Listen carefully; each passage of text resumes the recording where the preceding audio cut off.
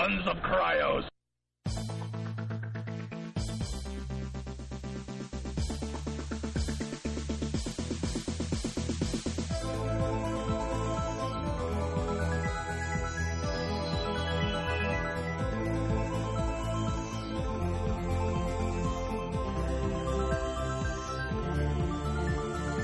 Hi, I'm Jeff. And I'm Judd. And we are Sons of Kryos. Alright. We've got a good show for you today. We've got an interview with Luke Crane, the writer and creator of Burning Wheel. And we're going to talk about a few other things after the interview. We're going to talk a little bit about gamers and their dice. And their dice superstitions. It's good stuff. And I'm going to start what I think will end up being a kind of regular column on the show, which will be called Good Sentences. And it is about sentences that I say that I feel have made me a stronger game master. Ooh, I think I could definitely use that. And then we're going to also tell you about a contest idea we've had. We would really like to get some feedback from our listeners and perhaps do something to get you motivated into to letting us know what you think. Make it more of a collaborative community effort. Ooh. Okay, well, I think without further ado, we will head into Luke's interview. Yeah, he's a great guest and a lot of fun to talk to, and loves talking about gaming in general. Too easy to talk to, actually. Yeah, I think we could have gone on for another half hour. Yeah, we could have made a show of nothing but talking with Luke. So here we are. Here's okay. Luke. Here's Sons of Kryos speaking with Luke Crane. Okay, so we are speaking with Luke Crane, the creator of Burning Wheel. And you've got two new settings out. Well, one new setting and one soon-to-be hard copy published setting for Burning Wheel. We've got Burning Sands Jihad and Under a Serpent Sun. Yeah. Hi, Judd. Hi, Jeff. Hey, Luke. I'm working on putting the Under Serpent Sun into hard copy these days. You are absolutely correct that the Jihad was so successful, and my editor, Tor, my good friend Dro, pushed me to put the other supplementary material we have into print. And there seems to be, a desire for it. People have asked. Yeah, I know one of my buddies who's going to be playing when I run Jihad at the Giganathon. He really was excited that he got to buy a copy, that there were copies over at Odyssey. He really likes having that, hard copy in his hands. Right. I figured I can understand if I made people pay for the PDF, but since the PDFs are free, I figured nobody would want to pay for a print copy because they can just download it and print it. But I decided that that's probably the case in some instances, and other people are just going to want a print copy. So I hedged my bets, and I decided to get new artwork for Serpent Sun. Nice. So for anybody who doesn't know what Serpent Sun is, it's a mad post-apocalyptic setting where suicide is simultaneously an act of rebellion and your only way to win, and, of course, suicide. So it's this very twisted setting where the villains, or the PCs if they play the villains, are trying to drive people to suicide in order to create their kind of power currency. Other people are trying to drive themselves to the line of right before they commit suicide, because they're very powerful at that moment, but they're also in risk of blowing their brains out. That's dark. Ooh. It's very dark. If my parents had gotten a hold of that when I was 12, I don't know if I'd be gaming today. Yeah. This is the one where I'm like quite deliberately pushing the limits. Actually, both of the setting material for Burning Wheel that I've released in the past year and a half or whatever, the Jihad stuff and the Serpent Sun stuff have been designed to tweak people's sensibilities. I got really bored with people looking at Elven Grief and making fun of it and calling it like the Cure and all this shit. People looking at Orc Hatred and being like, orcs are cool. That's fine. Orcs are cool. They're my favorites, but they're also really evil bastards. bastards. And they do terrible things, and your game should be about orcs doing terrible things to each other and to everything and everyone around them. Instead, it's just, orcs are cool! So I was like, alright, well, let's see what else I can get you to say is cool. So we have suicide in Serpent Sun. Like, well, you think that's cool? No, I actually think most people are like, no, this is not cool, man. No, I played that once with you over at the Burning Wheel Revised release party, and my friend and I just stumbled out of that game at like 6 a.m. Didn't say a word to each other until we got to the train station. At which point he looked at me and said, "That was really dark." like not like in a a profound way, but in a I can't believe we just played that way. Right. Yeah, it's shocking. It's pretty shocking how dark that is. Yeah, well, I mean, it was interesting to end on that. It was the perfect time to play that game. We started at 3 a.m. and we ended at 7 a.m. And we had a good, we had a group of players who were ready to push it and do really dark things to each other. I'd run it before, and it was fun, but you guys definitely put an edge to it. I think at 3 a.m, the edge becomes more apparent, no doubt. But other players had the same reaction. They were like, "Why is Burning Wheel so dark?" And, I don't know. Now, I'd like to talk about when you make a setting. It's kind of interesting because I don't think it's what a lot of gamers think of when they think a setting book. I mean, you don't have maps and you don't have cities and NPCs. Yeah. You want to talk about that process a little bit? Sure. I mean, where do you want me to start? I mean, I can start. I can remember clearly my decision, to make Burning Wheel the way it was back in the day, or we can talk about Serpent Sun or Jihad. Let's talk about Serpent Sun and factor in a traditional Burning Wheel as it comes, I guess. For Serpent Sun, this was an exercise. This was Dro and I were inspired. The story's in the write-up. It's a piece. But, Dro and I were inspired to do this, and, we wanted to keep it as minimalist as possible. We were both dedicated to turning this around in 2 weeks. So we have to really go for the heart of the material. And, it required new rules, required psychic powers rules, and required some rules for the monsters of the setting, the aliens. But it really required these rules. It required the life paths that showed the clear, hard lines of post-apocalyptica and what it meant in Burning Wheel. And Serpent Sun is a metaphorical setting. Serpent Sun is, I designed it to be kind of how the late 80s to mid 90s metal bands viewed society, where they consider themselves the outcasts. The outcasts of the outcasts, and they're railing against everything that is wrong, that they see wrong in society. All the materialism, the corruption, religion, television, all the huge, easy cows to, poke your metal finger into. I really wanted to capture that view. It's almost an innocent view of the world in its way, railing against these institutions, from this counterculture standpoint.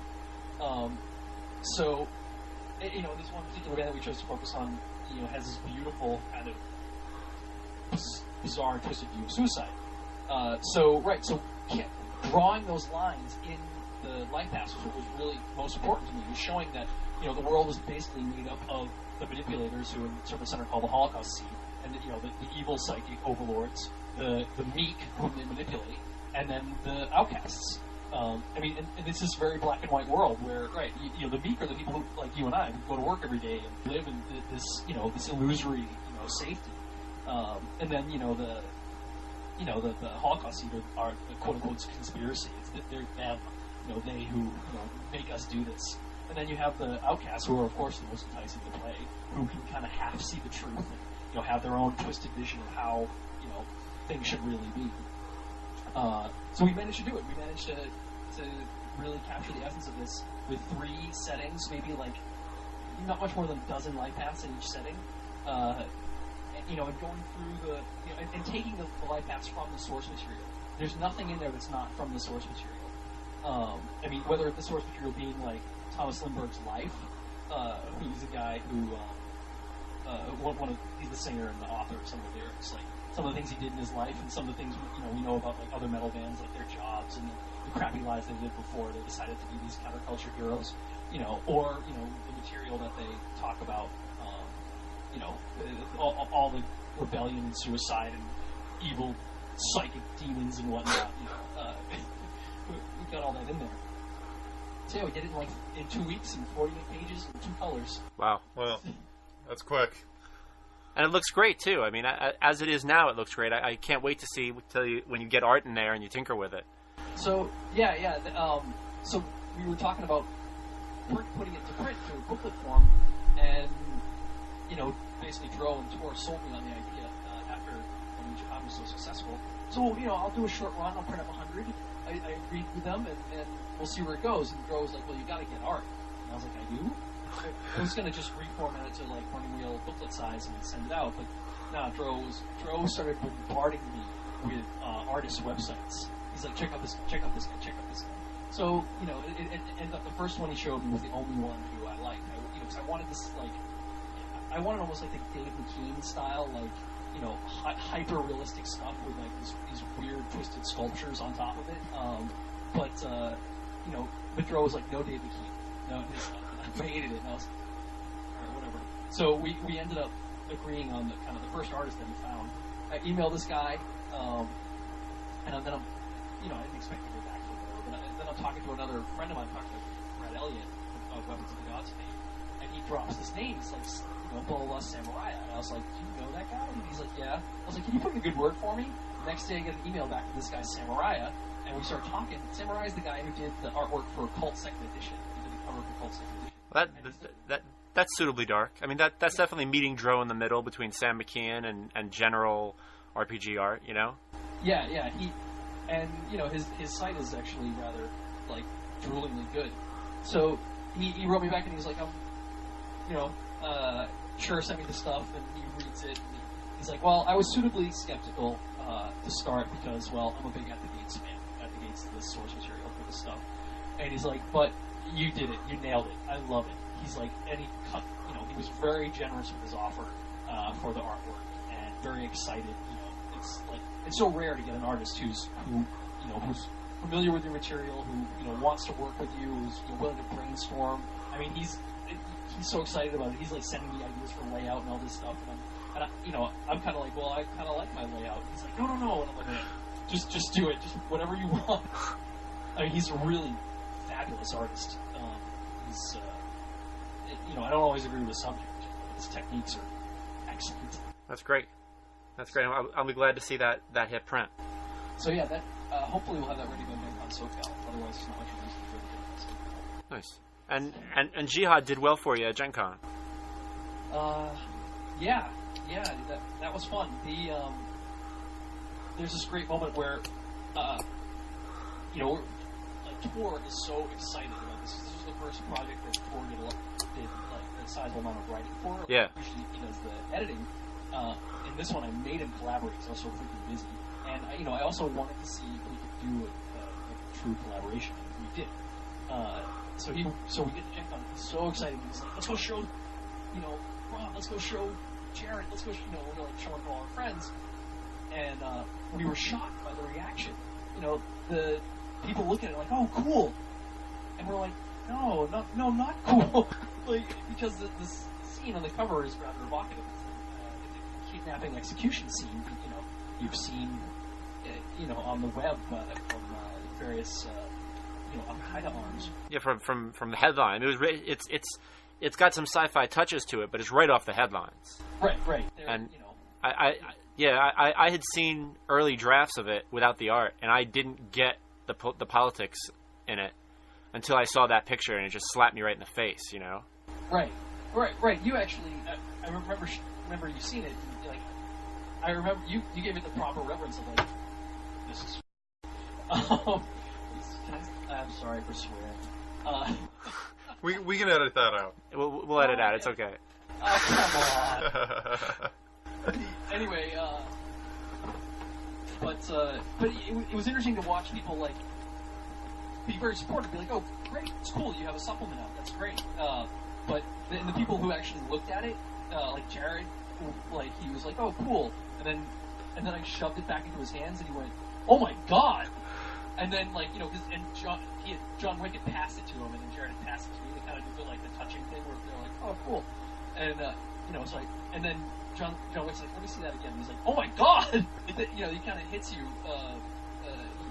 when you take a good look at it, because like I said, with the whole grief and hatred thing, like if people are like, what do you think is cool? What's acceptable to play at the table? Like how, sure, okay, you can have mythic hatred, right? Basically, prejudice, discrimination, violence, all these things that are attended in that kind of hatred. Oh, they're fine, right?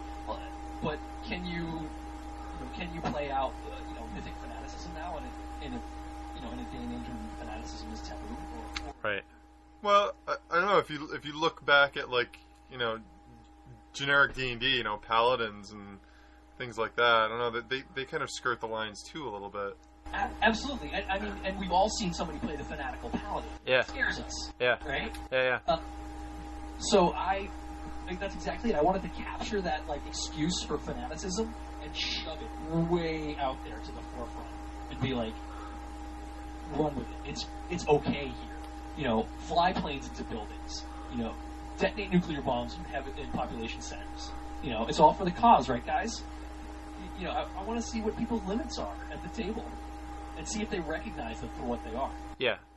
No, I think it's interesting when things that are in our subconscious, not because we read literature, but because we're living in the culture we're living, are at the table. Right. That's interesting. The paladins are cool, because they can be fanatically devoted, but they fight demons. They fight them, the mythical horrors which we all need fought. There's no mythical horrors here per se. The jihad and kind of have a bit of a mythical sense to it at this stage. I mean, the jihad, as the Westerners see it, isn't exactly the same jihad as the Muslims see it. I recognize that, but still, it's very present, very palpable. Now, this whole subject, and it might be a little shocking to some, I wonder, have you had any people who've, I don't know, reacted negatively to it and said anything to you about it, or? Truth be told, I'm a little disappointed. Huh. No. I feel like I haven't pushed it far enough. So if anybody's listening to this and you are offended by the material, please come and talk to me about it. Because otherwise I'm just going to push it farther next time. Well, I would be surprised if it did, simply because of the fact that most gamers are really open-minded, and I don't know. No, you don't think so? No, I don't know. I don't know. I actually, after I got back from Gen Con, I put up a special webpage so people, if they like the jihad material, could donate. People who downloaded it, who didn't get a print copy, but some people were really adamant about donating.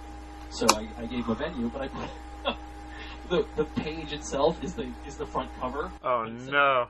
Instead of jihad, it says donate. Oh no!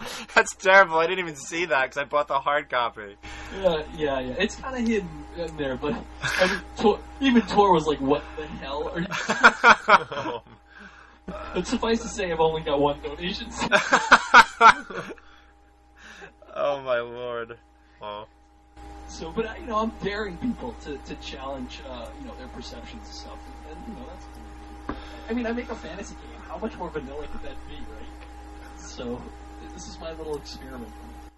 It's good. It works. I'm really excited to play it at the Get Your Geek On-a-thon, particularly since our venue is a place called the Peace and Justice Center, where the liberal political groups often meet. Right. So I'm really can't wait until one of them walks by and hears what we're doing. Or just sees the book. They're uncomfortable with us enough as it is, as opposed to actually dealing with an issue and having. It's just gonna. So, Jeff, was that the place that we played The Gift? Yes. It's the same place that we played The Gift. In the room where we moved to. Right. The big room, yeah. Oh yeah. That is definitely anathema to the jihad stuff. They were giving us dirty looks for The Gift. Oh yeah, no. They give people who are yelling, orcish curses dirty looks. So I'm just waiting for one of my players to call another player an infidel and say, "I draw my knife and gut the pig." You know, Or I wait for the marketplace to become crowded and then I detonate explosive. Yes, it's gonna be brutal. So yeah, I'm jealous. I really want to play. I've only I only wrote the damn thing. I played in one session and tore and drove all the playtesting for this one, which is part of the collaboration process. Yeah, you've got a good crew up there. It seems like I do. It's nice. It's nice. I could definitely, I could definitely see Tor's touching it with the World Burner. Yeah, that was totally Tor. He just his eyes kind of lit up one afternoon at work, and he just busted that thing out, and he was like, "This is just my outline," and I said, "Actually, this is fine. You don't really need too much more detail than this." And for people who don't know what that is, why don't we explain what the World Burner consists of? So this is another one of our takes in our evolving take on setting. I mean, we try to really, really give minimal setting information for all of our games because one of the kind of Burning Wheel aesthetics is that your ideas are cooler than my ideas. So I just want to give you the skeleton of almost like the skeleton of genre, or this, the skeleton of genre that you can kind of fold into your own stuff. But we're experimenting with that. We're seeing, where we can, where we need to do more and where we can, do less. So the World Burner is an effort to acknowledge the genre of science fiction, that things happen in worlds, and, in Herbert-esque science fiction, right? That a city is just an inconsequential thumbnail, in Herbert stuff. So Dune is, Dune is the place. Caladan is the place. Seleucia Secundus is the place. The city's there, it doesn't matter. So the World Burner is our concept behind using your world to create the framework for your story by giving your world character and by answering all the basic setting trope questions. Why is your world valuable? What does it have? But folding them then in the final step into who the characters are, why they're on this world, what are they coming to take from it, or what are they defending it for? So we're trying to do.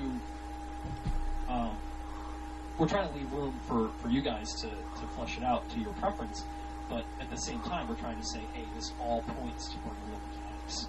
And color is a burning wheel mechanic. Color is very important, but it also points to your life paths that you're going to choose, and which are points of your character and whatnot, and the beliefs that you're going to choose, which are going to dictate how you're rewarded in the game. Right.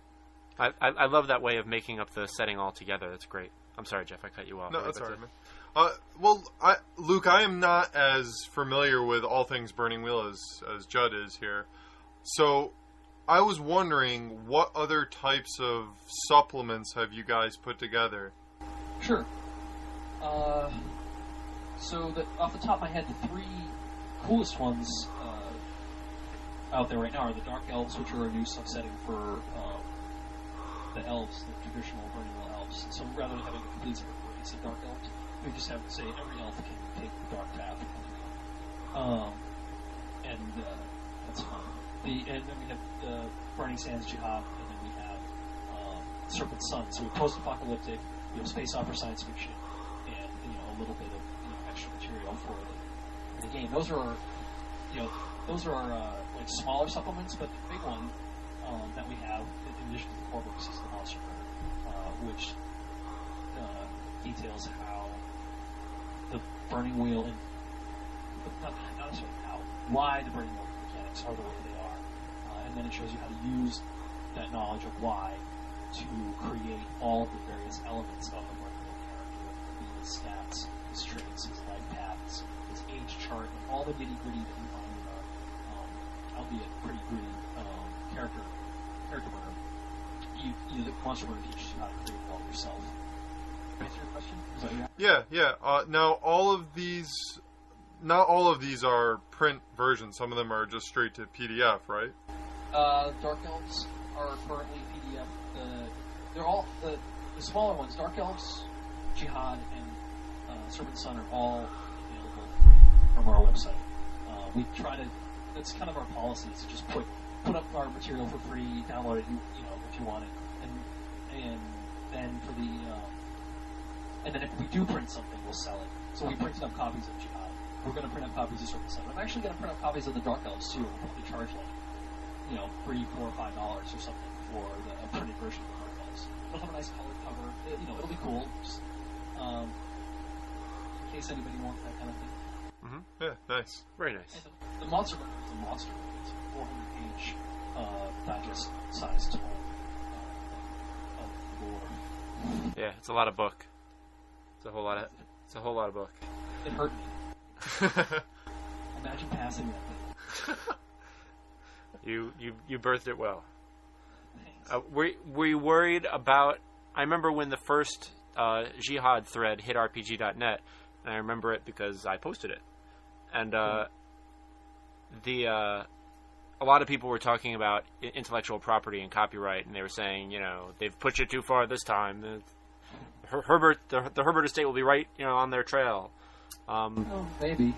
Yeah. I was actually really disappointed with that thread. We all were at Greenwood headquarters because we wanted to talk about the material. We were very excited about the material that we had released, and everybody just wanted to talk about basically rumor mongering out.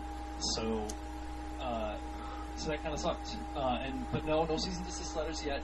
We definitely homage certain works of science fiction in Jihad, but I think we have a very good take on ultimately what those pieces of science fiction are about. Herbert stuff is, it is about this kind of the psychology of being able to see the future and see the past, what it means, and how can one man live under such a burden. And it's cool sci-fi tropes. And we wanted to deal with some stuff that his fiction and other fiction touches on, but doesn't really explicitly deal with. What happens when the divine right to rule, by heritage, clashes with the divine fanaticism. Where do you side with that? It's nice. It's nice the way you kind of took what you wanted from it and distilled it to a kind of sharp conflict. Yeah, that was another big thing. Because Dro and Tor are big fans of the source material, way more than I am. This is the case with most of my work. But so I had to spend a good year thinking, what was it about this material that I liked and that I felt could be gained, and that what was the core conflict that we could, that we could focus on to actually make this a game rather than to make it a nonsense, just sprawling, useless piece of RPG science fiction. But by the way, interestingly enough, I was at Gen Con, and a lot of a handful of the industry folk were really very flattered about the Jihad stuff. One of them was Todd Hooper, who is just a very generous, very kind man, and he said, "Oh, I have something for you," and I traded him a copy of Jihad for this book by Cordwainer Smith. What the hell was it called? The Planet Fire. The Planet Fire is what its original title was. It's nice. I can't even remember the name of the book now. Anyway, so yeah, look up The Planet Fire by Cordwainer Smith. That was its original publication title back in the early '60s, before Dune came out. And so this book has. So in this book, this young boy from a planet with these monstrous diseased creatures, which produce this bacterium, which then is processed into a geriatric drug, which is also hallucinogenic. Oh boy! Ooh. He ends up ruling the universe. In this case, through financial chicanery. That's right. They renamed it Norstrilia, Norstrilia is the name of the planet that the boy comes from. So, and guess what they fly around in? Ornithopters. Ornithopters. The monster in Norstrilia are sheep. interestingly enough. Australia stands for Old North Australia, and they're a planet way out in like the galactic rim that is still beholden to Queen Victoria and like basically still has all the like traditional Australian values, which is kind of fun. But the similarities to Dune are remarkable. It's also it was published. This particular finished version was published a year before Dune came out. Now, Herbert worked on Dune, for 7 years. However, it's also likely that Herbert and Corbiner Smith, who were both making their names in the industry at the time, came up together and knew each other, and discussed their ideas together. So I'm not too worried about the intellectual property stuff anymore after reading that. Good. Speaking of RPG.net and such, what kind of role does that forum activity have in what you do, to your mind? I mean, I read RPG.net religiously. I mean, we all have a love-hate relationship with it, but I truly, it's just, I think it's an amazing resource. It's just an amazing community that the likes of which I have never seen. I mean, it's like being at a convention all the time. Being at a convention in between games, every day of the year. Oh, it's huge. I visit it. I try and visit at least once a day, and it's tough for me to keep track of because it moves so quickly. Yeah. I mean, you have to be really on top of your game to follow the threads, which is disappointing. I mean, because I can't keep up with them. But I think it's an amazing resource for game designers. I mean, RPG. The kind of the trope is RPGNet is just RPGNet, but RPGNet consists of thousands of gamers and all kind of spitting their opinions out, uncaring about who hears them. They're not restraining themselves, and they don't have an agenda per se. I mean, aside from their personal agenda of preference, so it's really neat. You kind of get this really hardcore raw feedback. I mean, at this point, I'm addicted. I couldn't live without it. I mean. I'm so glad to hear someone else say it. Oh God. I mean, right. It drives me crazy, and like some of the your opinions you hear at RPGNet, inevitably send you through the roof. But I mean, that's just the case with life. I wish people were nicer to each other, and I wish people had more of an open mind. But that's just the way it is. It's just life. It's not RPGNet in particular. I heard Ron Edwards compare it once to like 19th century New York when like lots of immigrants were coming in all at the same time. Oh, that's interesting. And he was like, it's the gateway, it's loud, it's dirty, you might get knifed, but it's fun. Awesome. That's perfect. I'm paraphrasing horrendously. It's like 2 Gen Cons ago he said that, but yeah, right. More or less. Very cool. But and truth be told, RPGNet. For small press does affect your sales. A good buzz on RPGNet will net you a substantial amount of sales. I can't. I'm not going to lie. I'm not going to be disingenuous about that. I don't go trolling for sales on RPGNet. I mean, I did that once in the early days when I didn't know what I was doing. But I definitely I can see the stats. Like when kids start talking about Burning Wheel on RPGNet, I can see the sales increase. So it's good to know that there's an active, interested community, curious community, and it's a living community. It's not like you're speaking to a wall there. The kids who are searching for their new favorite game. Luke, this is a little bit late. I mean, we tried to get an interview with you at Gen Con, and you were just so busy, man, doing all your demos, and we didn't have time to do it. But one of the questions that I wanted to ask you at Gen Con was, what games did you play there? What got your interest there? Sure. Here it is, October, and we're talking Gen Con. I'm the wrong person to ask. I'm terrible at Gen Con. A lot of my friends go and try out different things, but I'm so on with Burning Wheel. I'm so focused on the reasons why I'm there that I get to play very little. And I'm just also not mentally prepared to play a lot of stuff. So yeah, I missed out on some great Shadow Yesterday games, some great Conspiracy of Shadows games, a great Sorcerer game. But part of the reason I missed out on them is because I'm working. Like I literally work from 10 to 10 a.m. to midnight, every day at Gen Con. So I just don't get a chance to game all that often. Okay. How about when you're not at Gen Con? Well, before we go on, the game that I was excited to pick up and buy, I buy one game at Gen Con a year. Well, that's restraining yourself. Well, I can't afford it. I'm not like, and I also don't collect RPGs anymore. So I only buy games that I'm interested in playing. Last year I bought Dogs in the Vineyard. This year I bought the revised edition of Prime Time Adventures. Oof, those are good choices. Yeah. I hang out in good company there. So and I'm very pleased with both my purchases. So I had a chance to play them both, and they're great. That's great. You're an inspiration to me, man. I gotta cut myself back a little bit when going to Gen Con. I buy way too much. I understand. I mean, trust me, the temptation's there. Like Ron just buys everything. Like, he's a collector.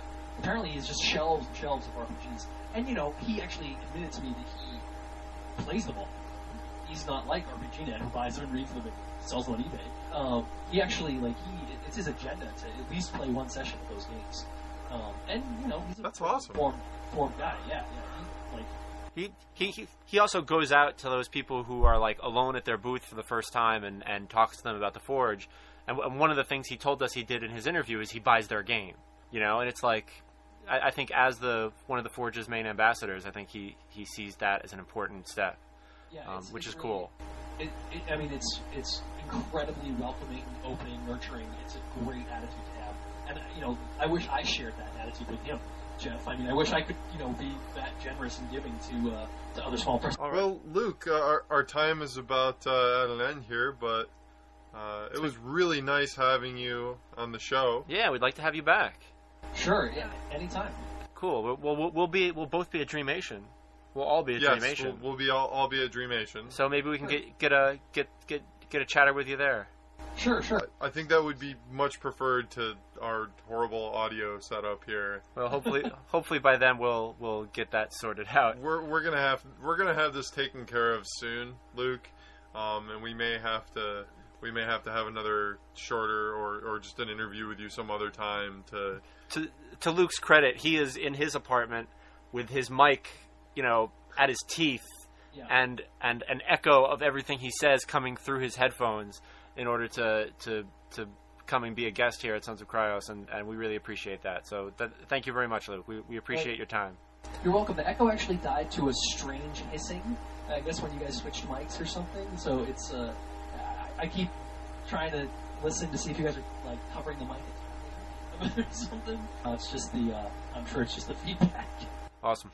Anyway, totally worth Definitely. It. I feel like I'm calling into the radio, man. It's cool. Yeah. It was too short. Yeah. Well, you'll have to come back then.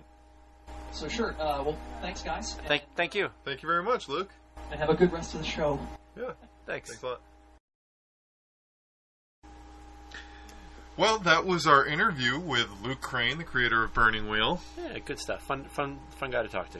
Wonderful stuff. We're gonna certainly have him back on the show again. Yeah. I think the wonderful world of Skype bringing us all together.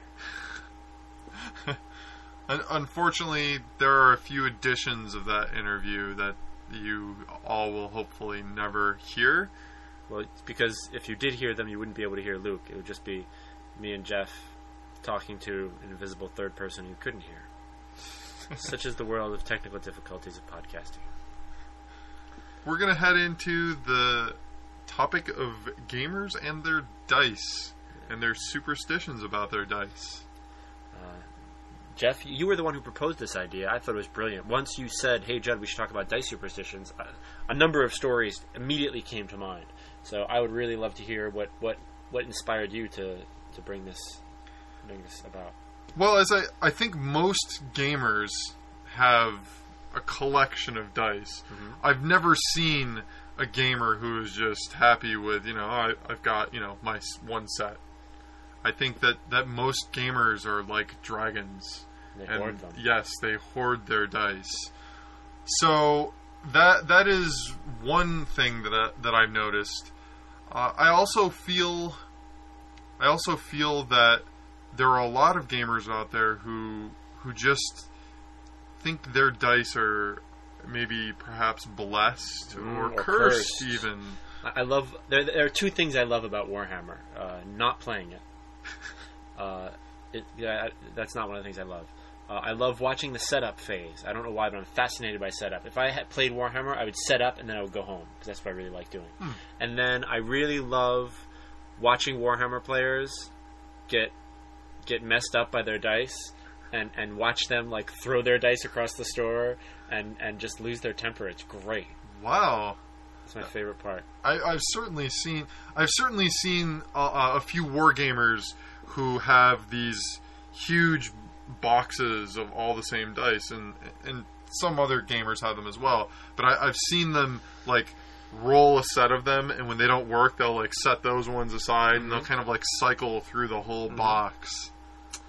Yes. I actually got a really cool birthday gift for my past 30th birthday, where a friend of mine, Rob Fluid, made a dice bag for me, and he had a little compartment within the dice bag, and in that are a bunch of dice that my friends gave to me, and every die had like a story behind it. And Jim Del Rosso gave me a die that his grandfather had given him. Jim Bryant gave me a die that said in memory of the Black Lotus Guard, which were these NPCs that his barbarian decimated in my first game that I ever ran when I was 13 years old, and he still gives me grief about it. Mario everyone gave me these different dice with great stories behind it. It became almost shamanic. Like, I never roll those dice. Oh no. Yeah. Are you saving them for a special game? Maybe. No, I think they're my friends kept close to me. I could never roll them. They're not dice anymore. They're something else. So. Also, it would be bad if one of them rolled poorly. It would tarnish it somehow. Yeah, it totally would. Ooh, I think the most interesting die with the story behind it is my friend Byron. He had this worn to the nub old 20-sider, like the kind you had to color in with a crayon, one of those old school guys. And when he was in high school, the game that ran until they graduated, his paladin beheaded the Lich and rolled a 20 with that die. And when he rolled that 20 to kill the big evil villain at 20th level, he retired it. He does not roll it anymore. But he would take it out whenever he played. It was the most amazing. And he had the most amazing die luck of anyone I've ever seen in my life. That's a keeper. That's definitely a keeper. And no one rolled that die. Matter of fact, he left it at my apartment once by accident, and I just secreted it away so no one would touch it, and gave it back to him. So. Now, there are a few people who are rather protective of their dice as well. Some people have a worry that, I don't know, maybe the luck will rub off, or maybe somebody else's bad luck will, maybe it's like dice cooties. Dice cooties, indeed. Dice cooties. So, I don't know. I'm not really one for being superstitious about my dice. Right, but we both agree that neither of us can have enough. That's true. That's very true. I have a huge box of dice, and I have a love for odd dice. I found a D3 at Gen Con. Nice. That was it was pretty cool. And, anything that just isn't the normal dice that you find in your local gaming store. Right. We should also talk about the grammar of dice, and that a die is singular, and dice is plural. Dice, the word, is plural. So you have one die, and 2d6 is 2 dice. I hear that butchered all the time. So, as a former English teacher, I just wanted to throw that out there in the dice segment. I think perhaps the butchery came from probably D&D, and in a lot of their books, they cut it down to a letter or a number 2, then a letter D, and then a 6 behind it. So I think that it's a matter of the players just quickly, going with that. And it certainly isn't correct, but it's no big deal. It doesn't make me wince like misusing good and well. That drives me absolutely batty. A relationship of mine ended, I think, because of that. But die and dice is it's ever present. It doesn't really bother me anymore. It's become conventional wisdom. Now, we have both also had a friend who is amazingly lucky with his dice. Yeah. A friend of ours, Mick, just... If I hadn't seen his die rolls, I would swear he was cheating, and he'd do it right in front of me. Yeah, and not even with his dice sometimes. He didn't need any dice. Mick is just lucky, and he would say, like, if something was going wrong in his life, I would say, Mick, you all right? You need a place to stay? And he would say, no, man, I'm me. You know me. I'm lucky. And he'd always end up on his feet. You got to wonder if he's not generating his own luck through his mental outlook. That's my personal... And of course, people who are unlucky hate that when you say you generate your own luck, because then their bad luck becomes their fault. So don't say that to them. They hate that. But yeah, Mick might get a box of dice thrown at you or something. And I think the worst die luck is a single die. So I'll stick with die luck that I'd ever seen in all of role playing is when my friend Jim took off his own head with a Vorpal sword in a D&D game. That's pretty impressive. Yes, he had a Vorpal katana, and he fumbled. We had a house rule that when you fumbled, you rolled a d6. I don't know if this was in 2nd edition rules. We house ruled 2nd edition to hell and back. So he rolled the d6, and it was like 1 to 2 hit self, 3 to 4 drop weapon, 5 to 6 hit friend, and he rolled hit self. So when you rolled hit self, you had to roll to see how hard you hit yourself. And he rolled a 20. Oh. And he took off his own head. Oh, it was ugly. Goodness. Yeah, it was ugly, dude. It was a soul-sucking Vorpal sword, and it was ugly. Well, he was irate. Did he throw the die away? He stormed away from the table, without a doubt. I'm not surprised. He is not a man who was afraid to express his temper, and he was peeved, dude. I don't think I've had any horrible situations like that exactly. I have seen some amazing bad dice rolls. The worst one I've seen was one that I did. Was a game that you ran at Gen Con, and I rolled 5d6, and every single one of them came up a 1. Yeah, I remember that. That was amazing. 5 1s. I mean, you could probably sit there and roll for years and never have that happen. Yep. I don't know. Do you remember what the roll was about? I don't quite remember. No. I don't remember. I can't remember. It wasn't too consequential, but it was definitely, it was a memorable roll. I remember that too. So, Judd, I'm really interested in hearing about these sentences that you said can help make you a better game master. Yeah, I've got a couple sentences that I think I say at the table that have helped my games, I think, become better. Now, is this just because of what you're saying, or is it like the questions that they make people answer? Or? Yes, okay. Absolutely. I think it's the way that these sentences, I think, reflect a lot of theory. But I just want to strip away all the theory, strip away all the hoopla, and just get to what I say at the table. Right. So that it's just, we're not going to delve into any RPG theory or GNS hoo-ha. We are just going to get right to, what do you say to make this happen? So, this week I would like to, I've got a bunch of sentences written down. So this week I would like to do one, and these are easy sentences. It's not like I'm going to talk about some, this great description of a lichen-filled corridor with, whatever. This is just stuff I say to the players. This week, it's the sentences I find myself saying a lot at the Burning Wheel game, and that is, are there any scenes that anybody wants to see? Easy sentence. Any scenes anybody wants to see? I think there's a lot of feeling that as a GM, you have this pressure to create and wow your players. When the truth is, if you just open the door a little, I'm not saying take the GM hat off. I'm saying open the door a little and say, hey, anybody have any ideas? Is there anything going on that somebody really wants to resolve? That way, you don't miss anything. Because sometimes you have so many little threads going that you can miss one. True. And also, it gives you an idea of what your players want. And this doesn't mean you can't surprise your players. It doesn't mean that they're the only ones who do what they call scene framing. What it means is that you kind of you come to it together sometimes, and players can suggest scenes for other people or can want to get into other people's scenes. I'd really like a scene where I run into this character.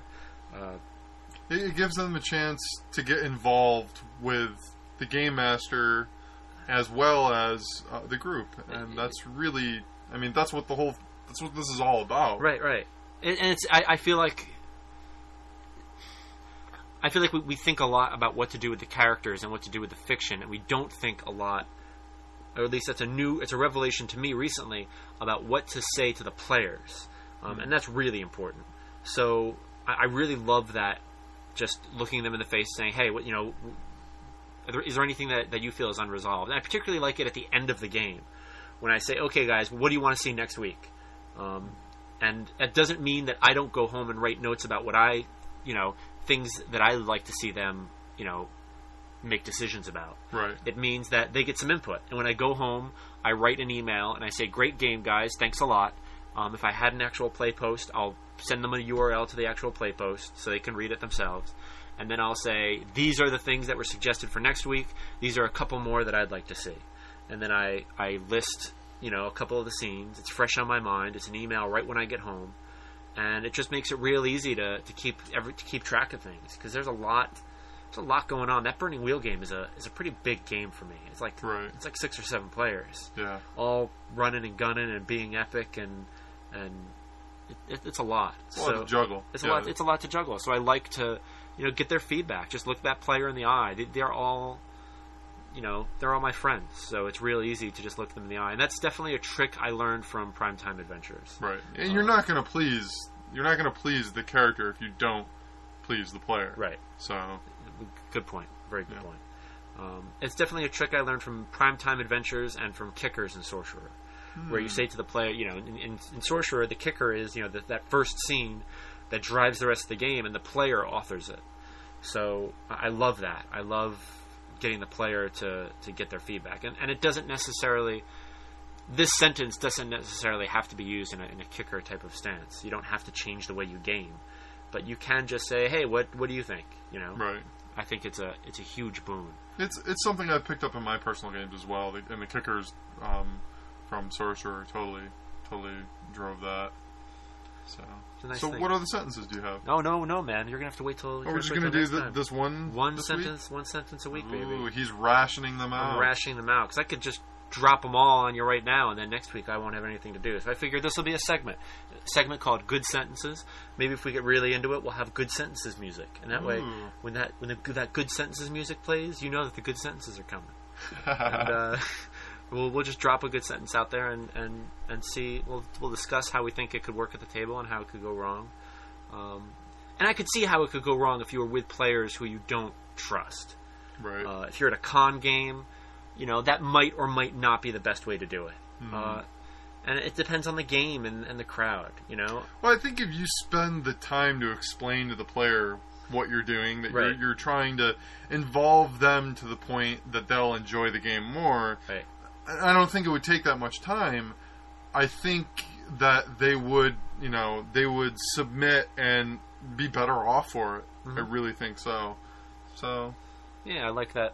Just gets the whole group's head in the matter, instead of me having to pull the heavy load on my own, which I like more. I'm not gonna. I just don't have time to go home and write hours of game notes anymore. Yeah, I like to. The help is nice. Yeah. Indeed. I think that perhaps I have an idea for a segment. Okay. That I might try and do, and I want to talk about it a little bit. But along the lines of these sentences, something to do with game master props or tools or that help game masters like or storytellers. Like your BS flags, kind of. Yeah, like the BS flags or like a game master's screen, those types of things. Because there have been a lot of things that people have created and invented to help them run their games. Yep. And I think that it would be pretty interesting to just talk about that a little bit and give our listeners an opportunity to see some of that stuff out there that they may have never heard of. Right. We call it like GM tools. Yeah. There could be a little GM tool jingle. It's time for You're GM tools with Jeff. You like that? You're into the jingle thing today. I am. I'm very musical. Well, I mean, to myself, I'm very musical, and I sing to Joniki sometimes. But so do we have to stick a microphone in the shower when you're not looking? And I don't record? I don't think you get a lot out of that. No, to be honest, for a ton of reasons. All right. Well, let's talk about our contest. Yeah, definitely. Let's work this out. So we want to hear from you. So here's what we're going to do. We want a commercial for a game that you either love or wrote or hate. Ooh, really? They can do hate? They can do negative commercials? We We've really strove to get away from it. Yeah. Let's keep it positive. Keep it positive, people. Let's not mock things. Let's do one for a game you love, because we've made it a policy on our show that we're not gonna. If we don't think highly of something, we're just not going to bring it about. Yeah. We don't want to bring something out here and then say how we hate it. I was feeling pressured. You were looking at me. I had to come up with a word. And it's all right. It's all right, man. It's all right. Let it out. Let it out. Yeah. So we want a commercial of your game. If you should get us this game, if you're the first person to get us this commercial, rather, right, we will play that game. We're going to record it. We're going to record it and make it a podcast. Right. And also we will review that game for you. Yep. So now, if you're a designer, you're getting free advertisement. Yep. If you are someone who's interested in that game or wants to hear how someone else plays it, you'll get somebody else out there, playing your game and talking about it. And we'll put up the recording. You can hear how our session went. Yeah. It won't be horribly long. But you'll have an opportunity to hear how we play and run games. Absolutely. Yeah. So we would love to hear from any of you about this. And you can email us these commercials or about these commercials or where we can download this commercial at sonsofkryos@yahoo.com. That is SONSOFKRYOS@yahoo.com. Right, and that's all one word. No spaces. No spaces. Sonsofkryos@yahoo.com. Another thing I think we should mention right here is that we have also added the podcast to the iTunes listing. Mm-hmm. And there's an RSS feed. Yes. So now you can subscribe to the Sons of Kryos podcast and use whatever program you're using to get your podcast to download our podcast for you all on its own. And we will include maybe the RSS feed and the iTunes information in our links page? Well, actually, if you go to our page, the RSS feed is right there. See, I don't understand actually, it's an XML. I don't understand button. This XML. It's a little XML button. It's crazy XML stuff you're talking about. I don't know. I'm not going to get into it here. Right. We'll bore some people. So you'll lose me, I'm sure. And I'm also new to it, so yeah. Okay. Sounds good. So our first commercial, yeah, we want it. Get it to us. Under 2 minutes. Yes. I think it should be. Under 2 minutes, please. And, dazzle us. Now, Jeff, is this going to be... Let's get our terms straight. Is this the first commercial, or is this the best commercial? And what's the deadline? I think this should be... I think it should be the best commercial. Okay, good. Not the first commercial. Right. And I think the deadline should be by our 8th show, because we're on 6 right now. All right, so about a month from now. Right. About a month from now. Okay, so November 3rd. Right. All right.